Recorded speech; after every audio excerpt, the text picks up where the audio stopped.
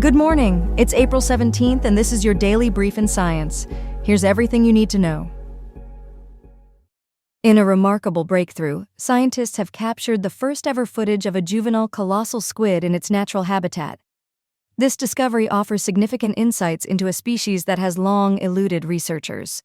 The footage was obtained during a 35-day expedition organized by the Schmidt Ocean Institute, Nippon Foundation Nekton Ocean Census, and Go South, collaborating with several leading research institutions. The juvenile squid, measuring 30 centimeters, was filmed at a depth of 687 meters near the South Sandwich Islands in the South Atlantic on March 9, 2025. This sighting happened unexpectedly during a live dive stream feed from a remotely operated vehicle, which was part of a mission focused on exploring deep-sea species and habitats. The live streaming event allowed global audiences and citizen scientists to witness this extraordinary discovery in real time, enhancing public engagement in deep-sea exploration. The Schmidt Ocean Institute officially announced the sighting on April 15, 2025, generating excitement and renewed interest in marine research. Dr. Michelle Taylor, the expedition's chief scientist, initially questioned the squid's identity due to its unique appearance, but later confirmed its species with the assistance of independent researchers. This encounter highlights the difficulties in observing deep-sea creatures, which often avoid human-made equipment due to noise and brightness. Ongoing deep-sea explorations continue to reveal unprecedented footage and discoveries, underscoring the urgent need to protect deep-sea biodiversity amid increasing industrial activities. Deep-sea research is essential for understanding biodiversity and potential medical advancements, as marine organisms may possess substances beneficial to human health.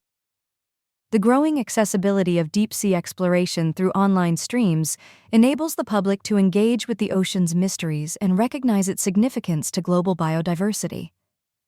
Looking forward, researchers are eager to continue their search for colossal squids, with hopes of observing adult specimens in their deep-sea environment. A new study published today in the astrophysical journal Letters has brought forth intriguing evidence that could suggest signs of life on the exoplanet K2-18b, located over 120 light-years from Earth. Researchers from the University of Cambridge have detected two chemical compounds, dimethyl sulfide, abbreviated DMS, and dimethyl disulfide, abbreviated DMDS, which are typically associated with biological activity on our planet. Initial observations in the fall of 2023 indicated the presence of DMS, but previous research teams had dismissed these signals. The current measurements, however, have surpassed the 3 sigma threshold, suggesting a very low probability of these findings occurring by chance. Despite this promising statistical significance, the detected levels of DMS are still below what is needed for definitive confirmation of life, indicating that further observations are necessary. To solidify their findings, the research team estimates an additional 16 to 24 hours of observation using the James Webb Space Telescope, abbreviated JWST, will be required to achieve a 5 sigma level of confidence. By utilizing the JWST's MIRI instrument, which focuses on mid-infrared wavelengths, researchers were able to independently verify prior findings and strengthen the case for the presence of these biosignature gases. While the results are exciting, there is caution within the scientific community, as non-biological processes could also produce the observed molecules. Professor Madhu Sudhan has emphasized the importance of skepticism and thorough validation in scientific research, stating that extraordinary evidence is necessary to support claims of extraterrestrial life. This discovery not only raises questions about the origins of these biosignature molecules, but also reignites interest in humanity's place in the universe.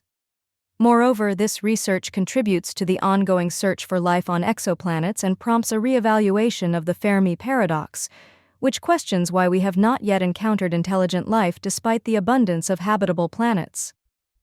In addition to exoplanet studies, missions such as ESA's ExoMars rover and China's Tianwen-3 are set to investigate potential signs of life within our solar system, particularly focusing on Mars and the icy moons of Jupiter and Saturn. Leqembi, also known as lecanemab, has received approval for the treatment of mild cognitive impairment or mild dementia associated with early-stage Alzheimer's disease. This decision follows a favorable evaluation by the European Medicines Agency, which concluded that the benefits of Leqembi outweigh the risks for a specific group of patients. However, the use of Leqembi is restricted to individuals possessing one or no copies of the APOE4 gene variant, which is associated with a heightened risk of severe side effects. Recent studies have shown that Leqembi increases the risk of amyloid-related imaging abnormalities, with area E risk at 8.9% and area H at 12.9% among the approved patient population. Severe side effects, such as brain swelling and microbleeds, necessitate careful monitoring, particularly for elderly patients, who represent the majority of those affected by Alzheimer's. Strict monitoring protocols will be put in place, requiring regular MRI scans to minimize risks linked to ARIA. Clinical trials indicated that lecanemab results in a slight reduction in the progression of symptoms, with treated patients showing a smaller increase in cognitive impairment scores over 18 months compared to those who were not treated. Despite these findings, uncertainties remain regarding the practical significance of the drug's effects, particularly concerning women, who exhibit lesser benefits and a higher risk of side effects. The approval of lecanemab underscores the ongoing debate regarding the balance of benefits versus risks in Alzheimer's treatments, especially given the potential for serious side effects. The annual cost of lecanemab therapy is estimated at around €23,000, encompassing treatment administration and diagnostic costs. The drug is expected to be available in a few months, but it will be subject to strict regulations and will require extensive training and guidelines for healthcare providers. This approval applies across all 27 EU member states, along with Iceland, Liechtenstein, and Norway, marking a significant advancement in the treatment landscape for Alzheimer's disease. Researchers at the University of Oxford have made a significant discovery regarding the origins of Earth's water. Evidence suggests that rather than coming from asteroid impacts, Earth's water may have originated from intrinsic hydrogen found in enstatite chondrite meteorites. This study, published on April 16, 2025, in the journal Icarus, focused on a meteorite named LR-12-252, which was recovered from Antarctica and has a composition similar to that of early Earth. The analysis of LAR-12-252 revealed that areas showing signs of contamination from Earth contained minimal hydrogen. This finding supports the conclusion that the hydrogen sulfide detected in the meteorite is not of terrestrial origin. These results prompt important questions regarding Earth's habitability, suggesting that the processes involved in its formation may have played a more vital role than previously understood. Furthermore, it hints that planets like Mars could have experienced similar conditions for water during their formative years. Despite these insights, there is division within the scientific community. Some researchers argue that similar meteorites indicate the delivery of extraterrestrial water rather than native sources. The implications of this research extend beyond Earth, potentially reshaping our understanding of planet formation across the universe and how water may develop on terrestrial planets. Experts view this study as a crucial advancement in understanding the origins of water, emphasizing its significance to the early solar system and the conditions necessary for life. The ongoing debate includes critical inquiries about whether the hydrogen detected in meteorites was originally present or if it was introduced through contamination during impacts with a hydrogen-rich Earth. Notably, the focus on enstatite chondrite meteorites is relevant, as these bodies are believed to have formed in the inner solar system and contributed to Earth's formation approximately 4.6 billion years ago. Co-author James Bryson noted that this research supports the idea that Earth could generate its own essential resources for life, rather than relying solely on external sources like meteorites. Researchers at the University of Tokyo have made a significant advancement in the field of cultured meat. Led by Shoji Takuchi, the team has developed a method using a hollow fiber bioreactor that mimics vascular systems to produce whole-cut cultured meat. This innovative technique has resulted in the creation of the largest piece of lab-grown meat to date, a 10-gram chicken nugget measuring 7 centimeters long, 4 centimeters wide, and 2.25 centimeters thick.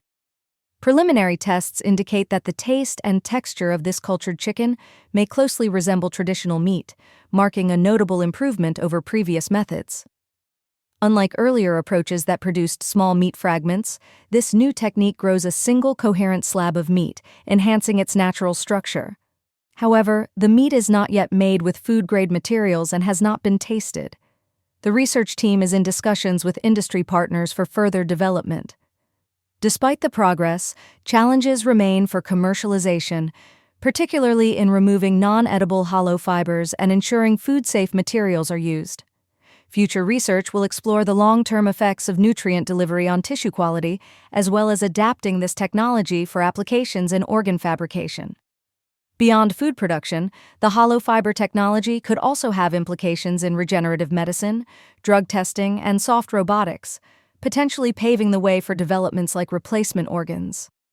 Mark Post, Chief Science Officer at Mosa Meat, has praised this model as an extraordinary engineering achievement, highlighting its potential to revolutionize cultured meat production.